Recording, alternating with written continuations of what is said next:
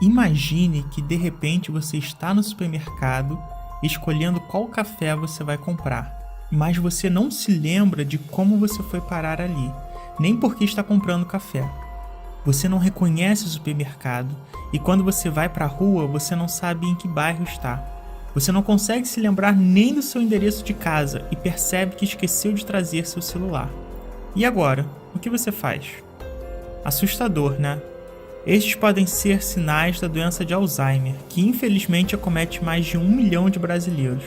Além disso, todo ano mais de 50 mil brasileiros são diagnosticados com a doença, e esse número tende a aumentar, pois nossa população está vivendo mais.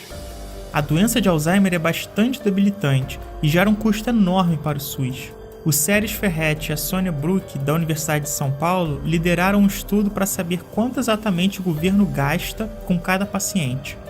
Eles descobriram que o custo por mês para cada paciente variava de 4 mil até cerca de 6 mil reais, dependendo do estágio da doença. Esse valor não representa apenas as despesas diretas, como remédios e internações, mas também é uma estimativa do impacto funcional e psicológico que a doença traz para o indivíduo e a família inteira. Infelizmente, os remédios atuais são pouco eficazes e não existe uma cura para a doença ainda. Mas como você e seus familiares podem se proteger da doença de Alzheimer?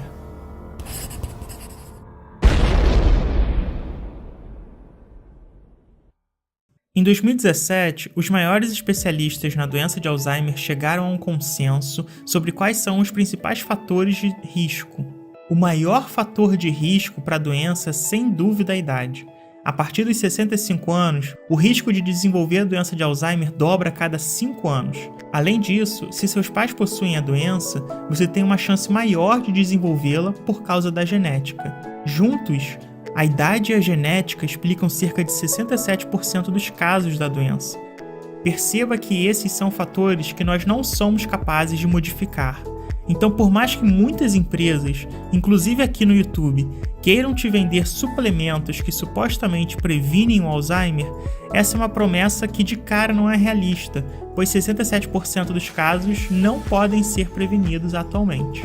É triste, eu sei, mas a boa notícia é que você pode controlar os outros 33%. E vamos te dizer qual o consenso que os especialistas chegaram. Compartilhe esse vídeo com seus familiares, pois a doença de Alzheimer não tem cura e os tratamentos são pouco eficazes. Por isso, o melhor a se fazer é evitá-la.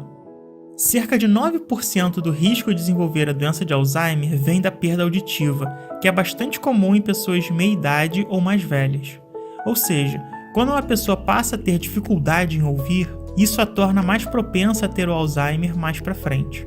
Ainda não está provado que tratando a perda auditiva reduz o risco para a doença, mas por via das dúvidas, se você passar a ter dificuldades em ouvir as pessoas durante uma conversa ou coisa do tipo, melhor se consultar com um otorrino e perguntar se você precisa usar aparelho. Outros 8% do risco vem da falta de estudos. É verdade, quanto menos tempo de educação formal, como escola ou faculdade, maior o risco de se ter a doença. Os cientistas não sabem exatamente por que essa relação existe, mas parece que os anos de estudo ajudam os neurônios a formar melhores conexões, mais diversas e mais duradouras, que são, assim, mais resistentes à doença. O risco parece ser especialmente maior para aqueles que não completaram o ensino médio. O fumo e a hipertensão, juntos, correspondem a 7% do risco, pois eles prejudicam a circulação sanguínea.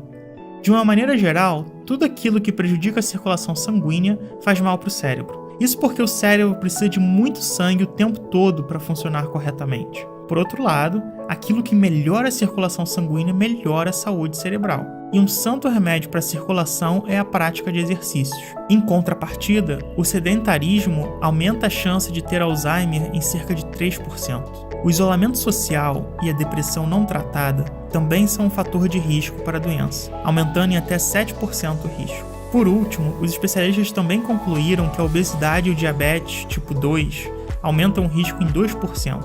A relação entre esses fatores e o Alzheimer é bem complexa, e por isso é história para outros vídeos. Pronto, estes são os fatores de risco para Alzheimer. Isso não quer dizer que não existam outros, mas eles não são tão importantes assim. E lembre-se, 33% dos casos de Alzheimer podem ser evitados. Compartilhando esse vídeo, você está salvando vidas.